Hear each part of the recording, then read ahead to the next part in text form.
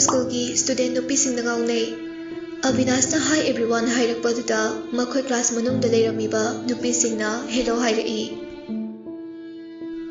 ꯑꯕꯤꯅꯥꯁꯅ ꯃꯌꯥꯝꯗ ꯑꯩꯅ ꯃꯥꯒꯤ ꯏꯟꯇ꯭ꯔꯣ ꯑꯝꯇ ꯇꯧꯖꯔꯛꯀꯦ꯫ ꯃꯥꯒꯤ ꯃꯤꯡꯅ ꯃꯣꯅꯥ, ꯂꯩꯐꯝꯅ ꯂꯩꯃꯄꯣꯛꯄꯝꯗꯒꯤ, ꯉꯁꯤꯅ ꯑꯍꯥꯟꯕ ꯀꯥꯔꯛꯄꯅꯤ ꯍꯥꯏꯔꯒ ꯃꯣꯅꯥꯕꯨ ꯑꯕꯤꯅꯥꯁꯅ ꯐꯝꯒꯗꯕ ꯕꯦꯟꯆ ꯑꯗꯨꯒꯤ ꯃꯄꯥꯗ ꯊꯥꯔꯤꯕ ꯕꯦꯟꯆ ꯑꯗꯨꯗ ꯐꯝꯍꯜꯂꯤ꯫ ꯃꯣꯅꯥꯅ "thank you Abinash, most welcome" ꯍꯥꯏꯔꯒ ꯃꯣꯅꯥꯗ ꯅꯣꯛꯁꯤꯜꯂꯤ꯫ ꯑꯣꯖꯥꯁꯨ ꯆꯪꯉꯛꯑꯦ꯫ ꯁ꯭ꯇꯨꯗꯦꯟꯠꯁꯤꯡꯅ ꯊꯧꯒꯂꯣꯟ ꯕꯦꯕꯥꯔ ꯎꯠꯂꯝꯃꯤ꯫ ꯑꯣꯖꯥꯅ ꯁꯤꯠ ꯗꯥꯎꯟ ꯍꯥꯏꯔꯒ ꯔꯣꯜ ꯃꯊꯪ ꯀꯧꯔꯕ ꯇꯨꯡꯗ ꯂꯥꯏꯔꯤꯛ ꯇꯥꯛꯄ ꯍꯧꯏ꯫ ꯑꯕꯤꯅꯥꯁ ꯃꯣꯅꯥꯗ ꯌꯦꯡꯉꯒ ꯂꯩ꯫ ꯃꯣꯅꯥꯅ ꯍꯥꯏꯐꯦꯠ ꯂꯩꯊꯣꯔꯛꯄꯗ ꯑꯕꯤꯅꯥꯁꯅ ꯃꯤꯠꯆꯤ ꯈꯠꯆꯜꯂꯤ꯫ ꯃꯣꯅꯥꯅ ꯀꯩꯅꯣ ꯍꯥꯏꯕꯒꯤ ꯏꯪꯒꯤꯠ ꯇꯧꯔꯛꯏ꯫ ꯑꯕꯤꯅꯥꯁꯅ ꯀꯩꯁꯨ ꯅꯠꯇꯦ ꯍꯥꯏꯕꯒꯤ ꯏꯪꯒꯤꯠ ꯑꯃꯨꯛ ꯇꯧꯏ꯫ ꯃꯣꯅꯥ ꯑꯣꯟꯊꯣꯛꯈ꯭ꯔꯦ꯫ ꯑꯣꯖꯥꯅ "ꯑꯕꯤꯅꯥꯁ, ꯍꯥꯎ ꯁꯥꯔ, ꯀꯥꯏꯗꯅꯣ ꯅꯪꯅ ꯉꯁꯥꯏꯗꯒꯤ ꯌꯦꯡꯉꯤꯗꯣ?" ꯑꯕꯤꯅꯥꯁ ꯏꯀꯥꯏꯅ ꯍꯥꯏꯔꯛꯏ꯫ "ꯃꯣꯅꯥꯗꯅꯦ ꯁꯥꯔ." ꯃꯣꯅꯥꯗꯤ ꯏꯀꯥꯏꯕꯣꯏ ꯀꯩꯕꯣꯏ ꯇꯧꯔꯒ ꯃꯈꯥꯗ ꯂꯨꯞꯊꯈ꯭ꯔꯦ꯫ ꯑꯕꯤꯅꯥꯁ ꯁ꯭ꯀꯨꯜ ꯑꯗꯨꯒꯤ ꯈ꯭ꯋꯥꯏꯗꯒꯤ ꯑꯐꯕ ꯁꯥꯇ꯭ꯔꯅꯤ꯫ ꯑꯁꯦꯡꯕ ꯋꯥ ꯌꯥꯝ ꯉꯥꯡꯉꯤ, ꯉꯥꯎꯁꯨ ꯉꯥꯎꯁꯤꯟꯅꯩ, ꯀꯥꯔꯟ ꯌꯥꯝ ꯇꯥꯏ꯫ ꯑꯣꯖꯥꯁꯤꯡꯅ ꯃꯍꯥꯛꯄꯨ ꯃꯁꯛ ꯈꯪꯉꯤ꯫ ꯑꯕꯤꯅꯥꯁꯅ "ꯃꯣꯅꯥ, ꯀꯩꯒꯤꯅꯣ ꯅꯪꯅ ꯅꯃꯥꯏ ꯅꯣꯟꯊꯔꯤꯗꯨꯅ?" "ꯀꯩꯁꯨ ꯇꯧꯗꯤꯌꯦ." "ꯃꯣꯅꯥ, ꯍꯥꯎ, ꯑꯥꯏ ꯂꯚ ꯌꯨ."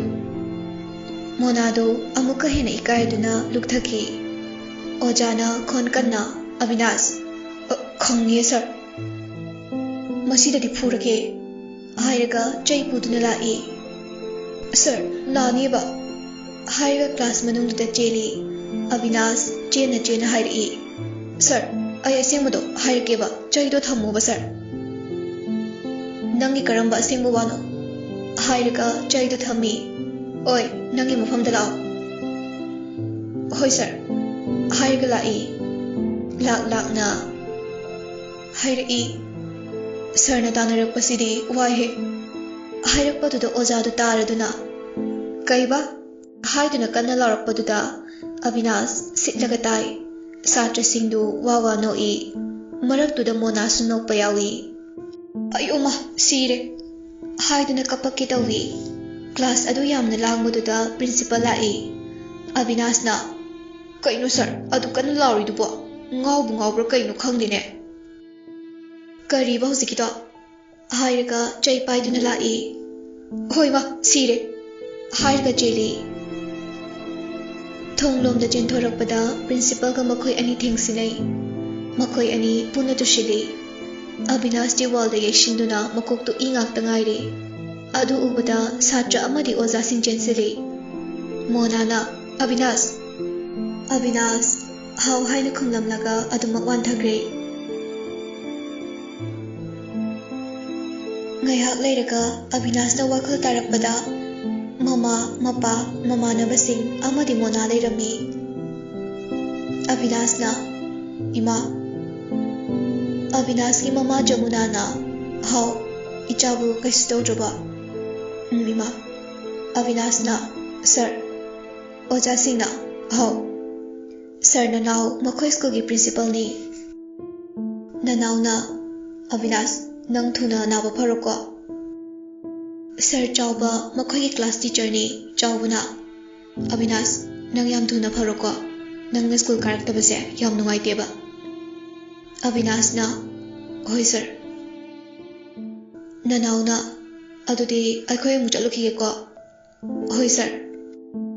ꯆꯥꯎꯕꯅ "ꯃꯣꯅꯥ, ꯌꯥꯏꯐꯕ, ꯕꯣꯔꯤꯁ, ꯔꯥꯍꯨꯜ, ꯅꯈꯣꯏ ꯃꯔꯤ ꯂꯩꯍꯧꯔꯣꯀꯣ ꯁꯤꯗ."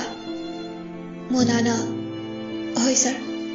ꯑꯣꯖꯥꯁꯤꯡꯁꯨ ꯆꯠꯈ꯭ꯔꯦ꯫ ꯃꯣꯅꯥ ꯑꯕꯤꯅꯥꯁꯇ ꯌꯦꯡꯉꯛꯏ꯫ ꯑꯕꯤꯅꯥꯁꯅ ꯍꯥꯟꯅ ꯌꯦꯡꯉꯒ ꯂꯩꯔꯝꯕꯗꯨꯗ ꯏꯀꯥꯏꯗꯨꯅ ꯂꯨꯛꯊꯈꯤ꯫ ꯑꯕꯤꯅꯥꯁꯅ "ꯃꯃꯥ, ꯑꯆꯥꯄꯣꯠ ꯈꯤꯇ ꯂꯩꯔꯨꯆꯣ, ꯆꯠꯂꯣꯕ" ꯍꯥꯏꯔꯒ ꯃꯃꯥꯗ ꯏꯪꯒꯤꯠ ꯇꯧꯏ꯫ ꯖꯃꯨꯅꯥꯅ "ꯍꯣꯏ, ꯂꯩꯔꯨꯒꯦ."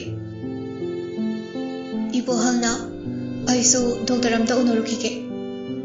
ꯑꯕꯤꯅꯥꯁꯀꯤ ꯃꯃꯥꯟꯅꯕ ꯑꯍꯨꯝꯗꯨꯅ "ꯕꯕꯥ, ꯑꯩꯈꯣꯏꯁꯨ ꯂꯥꯛꯀꯦ." ꯏꯕꯣꯍꯜꯅ "ꯍꯣꯏ, ꯂꯥꯎ ꯆꯠꯂꯁꯤ." ꯖꯃꯨꯅꯥꯅ "ꯏꯕꯦꯝꯃ, ꯅꯪ ꯉꯥꯏꯍꯥꯛꯇ ꯂꯩꯔꯝꯃꯨꯀꯣ." "ꯑꯩꯁꯨ ꯂꯥꯛꯀꯦ ꯏꯃꯥ." Ibungose mathanta ngai dore nanga ngahak ta lemiramo. Hoi ima. Jamuna su chatkre. Avinash na Mona. Aina ngasai haibu wado. Karamba wano haise. Us nang sidiba funi he soroi. Hairaga hagat kitawi makok tunartuna ayoma hairaga hiptai mamito isili. Mona pakaduna chensili makok tu pairaga yingi.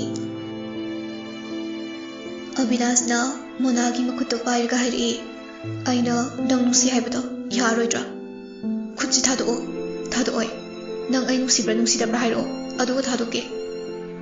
Khutsi thado haibani me thado oiba. Mona Avinash ki maida khupak na thai. Avinash kapnuk tawduna hairei. Masina nangi aseng upagum oiribra. Hairaga Mona gi makutu thadoi. Nangna asingum bahum bibibase ayam warawi. Mona na wa haigi tawbaka Avinash ki mama Jamuna changlai. Avinash mapitu daithoi. Jamuna na khara thuna laki tawbani traffic jam yam oiba aduda lanthokpa yadre khara thengdokre ko. Mona na kaisu kai di deima ibema se juice thao. Hoi ma hairaga lawi. Avinash wa amata ngangakta duda Mona thawai kharadi nungaizade. Ngaihak leiraga ibohal amadi mamanaba singsu lai. Ibohal na ngasi hanba yarani hairani he sigi trip se loiraga halo haire. Jamuna na fareda aidi yumda chatningabane. Mona na ima aisu chatnaba tawrage. Hoi ado nangdi kaida handuiba. Line da oina hankrage. School dagi bag su logidoine. Pare adudi ima thindokpirage lao. Yarni ima ai adum thokrage. Nungai gine lao ima thindokpige. Hoi ima baba ai amu chalugige. Hoi adudi ipa lehore ko. Hoi baba Avinash ta yengiduna wa haigi tawbaga. Jamuna na moiba amdu thoglo. Hairaga makhoi ani su thokre. Avinash ki mamanaba sing su thokre. Mona na Avinash ai wa haiba loidringaida Avinash na ai nangoda yam lankre nangai bom tangakpio. Hairaga mathakta yaliba jeep adu loiramba aduda yetum adu sato aga room aduda gi thoki. Mona na khali Avinash ai nangbu yam nungsiye. Nanga ahanba thengnaba mikupta ai gi thamoise nangonda pirage haina khankrabani. Asumna numit adu haukre. Numit ini humni di Avinash school chatre. Mathangi numit ni school chatnaba haiduna dress loisile. Jamuna na ibunga nangbu chatpa ngamloribo nangna dress loisile duba. Ngamni ma. O pare adudi ai chak thibirurage ko. Hoi ma ibu halna thoiba ai na horen office atpadane thinbiramage ko. Ibohal IPS officer ni. Avinash na hoi dad. Ibohal na chak charge lao. Hoi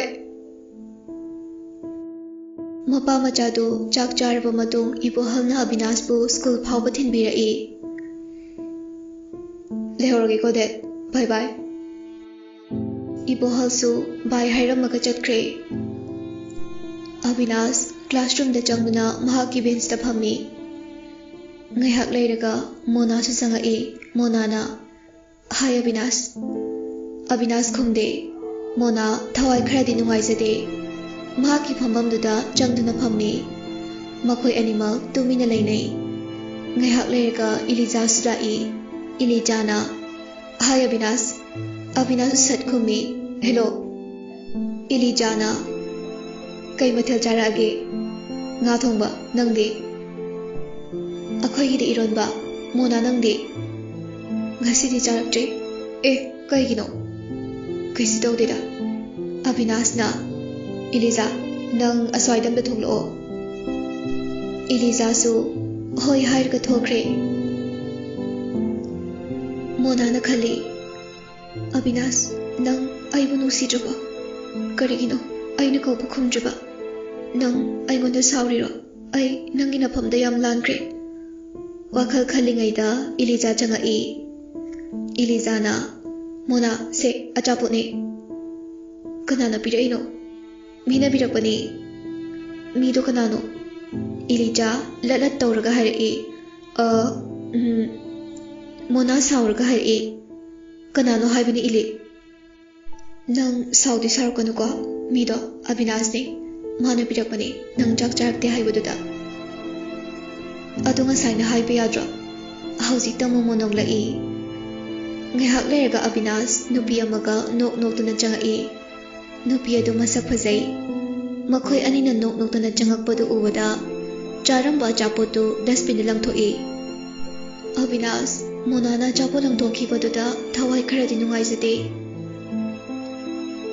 mi su mathang mathang lakna re tanuna Davinash maningda phamusila o hoi phamuse Avinash na bye Noi ahumsu phamuslau mamanaba singduna hoi bai hairaga makoi manga maninglomda phangkre mona kapai ilizana mona kaidorage kaistode hairamaga class manungdagi chenthoki Avinash na uhoriduna mastana rai class aduda lairiba mi khudima tingak tingak inga lehawi Avinash na kaukau Mona butanari Mona building adogi aroi bada chengkhalai kachin amada masapumba tasinuna kapi Avinash Mona bu kauduna masu chengkhalai Mona na kachin amada tasinuna laibadu ure Mona khumde Avinash na ai nang mu thamoi sengna nungsi ai gi thamoi sina nang na tabanupi amata yengloye Aisu nang bunung si Avinash na asengba kapu bagi mamitusu yadre pomada ai lotri faure hairaga Mona da konsili Mona na thadu obase Avinash na Mona bu thado nang ngasai achapo lang thoi tuna kaigino nang ngasai nupi atopaga nok nok tana changapagi ngai ko adui nupi to kanano Aigi nupi yaimani Mona sauraga hairi aduga kaigino aingona propose tawra ide aise kai oina uge nangi mita imai kai isauno dude phagi tawgane aikhoini negi macha nupi ne nachindo thirakano asengmani aikhoini negi macha ne asengba nangdi wakhal kaje sagat lamni khange khangni do pharabani nangi khwai tudadi sagat paibase masana tabane Mona ai nangondagi wahai ahum khaktang taba pami kai wahai no haise khalo aduga horen break ta hairo kwa hoi Avinash ki mamanaba singna bai ojala hore lao Avinash na hoi lagi bai noi hana chatlamo hoi bai lao ko hairamaga mamanaba singdu satkre Avinash na Mona Avinash na Mona gi khajai da papi tawsili aduga chena hairi yam thuna law ko Mona magi khajai do pairaga maya karaga lehawi Avinash na makha hekum khibaga masu kumtharai Mona na may I come in sir Ozaduna yes come in Rosu mathang kauraba tungda laik takpa hawi ngaiha taklaba tungda satra singda question hangi Avinash amadi Mona chap manana harai sir ai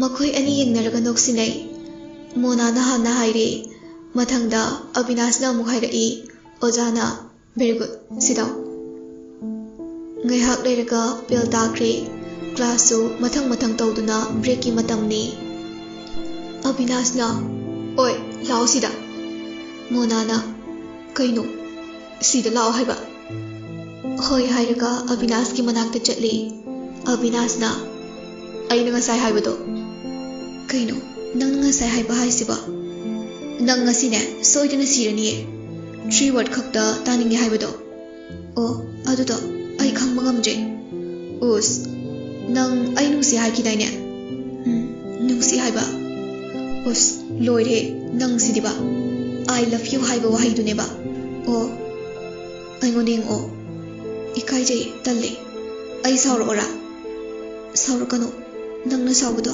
ai kijayeda kariba hozikida saur kanu haiba adunate mona ikai kai na hairi da haiba